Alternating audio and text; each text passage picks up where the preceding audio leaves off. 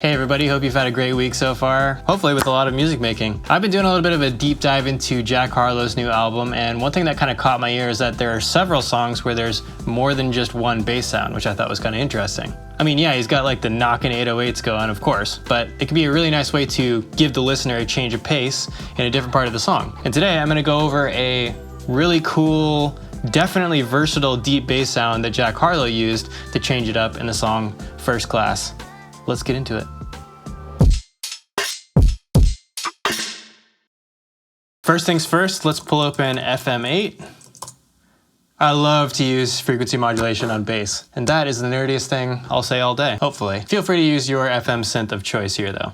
The first couple things I like to do before I design the synth sound is in Ableton, what you can do is head up and choose the pitch -12 preset, which basically transposes everything you play down an octave so you don't have to play so low on the keyboard. That's just a personal preference. And the next thing I like to do is there's another preset called Fix 127, which means every single note that you play is going to output a velocity at 127, which is the maximum. And that's kind of nice too, because with bass lines, a lot of times you don't want velocity to affect how you do your sound design. So I like to have that on just to start with, but you can always take it off later. So to get some sound going, to hear this bass line, we're going to go to the expert tab, because you and I are experts, right? And we're going to head over to the right here and right click A and turn this all the way up on the bottom so we can get some sound. So here's kind of what the bass line sounds like in that section of the song.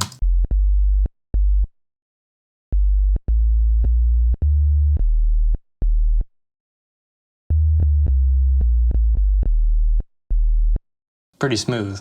In my experience from making patches in the past, one thing that's really helpful is to, at the beginning, instead of sending A to the output, we send it right to Z, which is actually the filter, so we can make use of the onboard filter if we want to, and then send that to the output using this gray area at the bottom here.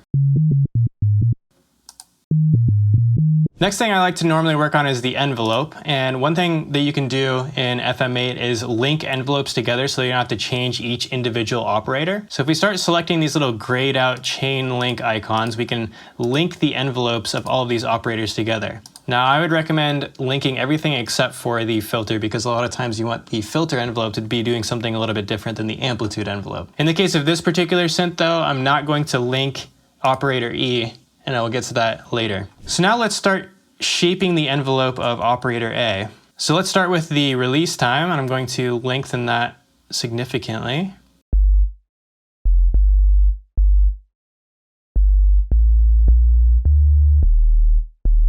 And to get rid of the clickiness on the attack, I'm going to slow down the attack just a hair.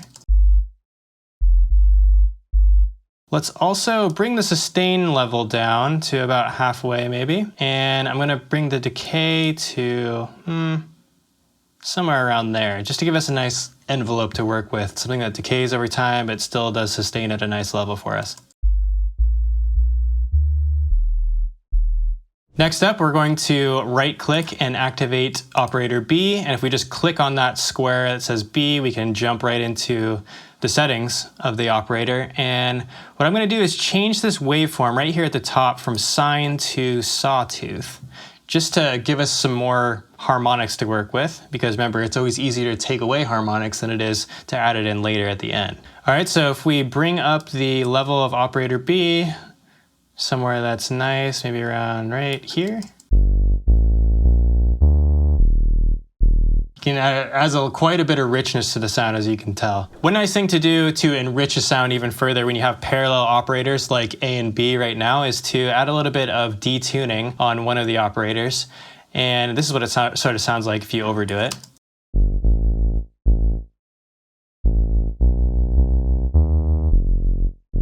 Okay, so not that much, but let's bring it back down, you know, something real subtle, just so you get a little bit of that beating sound in there.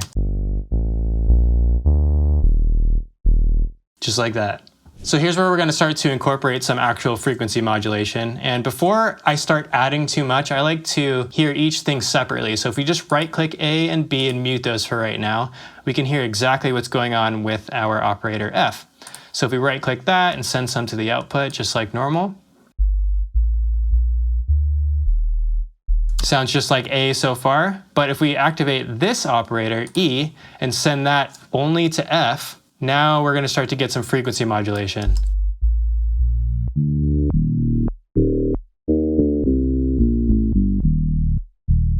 All right, so let's keep it pretty subtle. I'm gonna keep mine around 45 or so. And now if we add in our other two operators,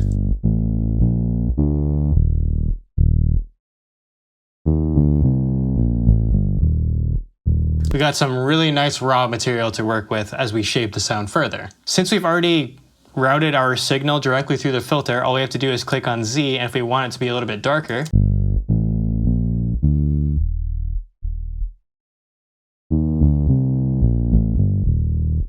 we can do that really, really easily. So it pays to do a little bit of prep work. Here's where it gets really fun though.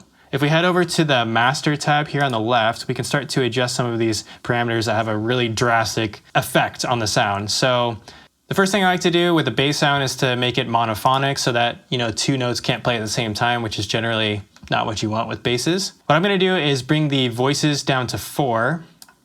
And then in the unison section here, I'm gonna bring the voices up to 4. And we're gonna bring the detuning up.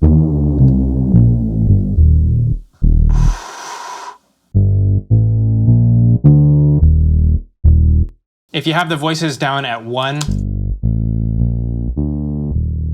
the detuning won't work like you expect it to. So you gotta keep those voices up a little bit at least. The other thing that you'll notice about the bass sound in the song is that it's pretty wide. So we're gonna bring this panning of the voices, the unison voices, up.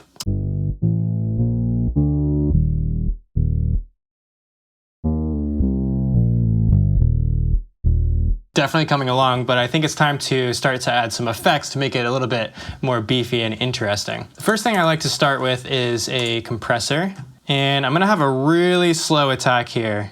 I'm talking like, you know, over 100 milliseconds for sure. I want those peaks to still get through, but it makes it really consistent that way. It's what you might call a lazy compressor.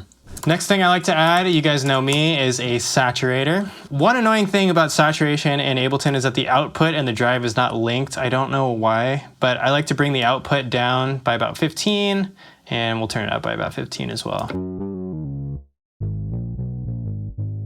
Get a little bit of grit in there.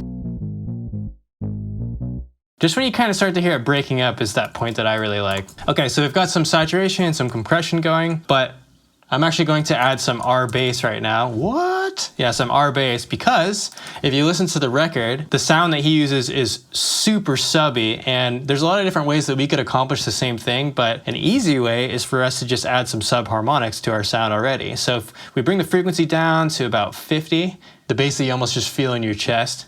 So I'm gonna bring this intensity up so you can hear what it's doing.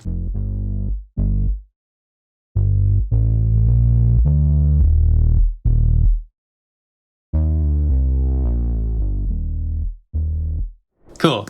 So now what we're gonna do is sort of sculpt the sound a little bit more with some EQ. Do you like this thing I had going here? So we open up some EQ.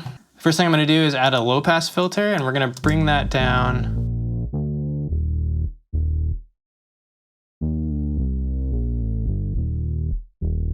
It's a nice way to soften up the sound to make it more like how it is in the record, but also we've been adding harmonics, you know, with the sawtooth waveform as well as the saturator, so it's a nice way to make it sound a little bit more consistent while keeping the mid-range harmonics right intact.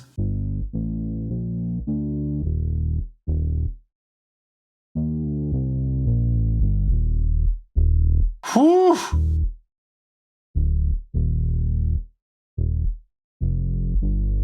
I really like how this shelf sounds when you just boost those lows a little bit more. We could have added more intensity on our bass if we wanted to, but I think it sounds really nice the way that it is. Cool, so we're well on our way now. Now, one of the best parts about using FM8 as well is that if you open up the synth and you go to the tab on the left that says easy/morph, you can change all of these macro controls that shape the sound even further to give it more personality if you want, right? So if we want it to be a little bit brighter, we could go.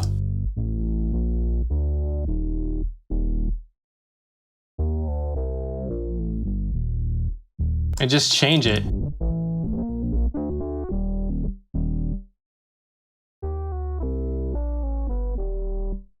Not sure you'd want that one, but. So it's a really easy way, and you can, lengthen the release and attack times of all of the operators at the same time through this, but I kind of like how we have the envelope right now.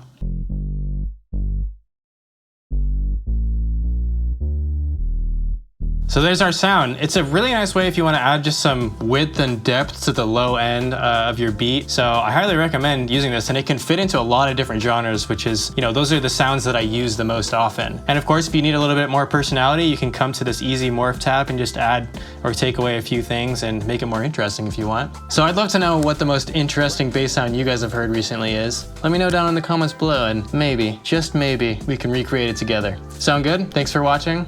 And subscribe if you haven't subscribed already. We got lots more great content coming. We'll see you in the next video. Peace.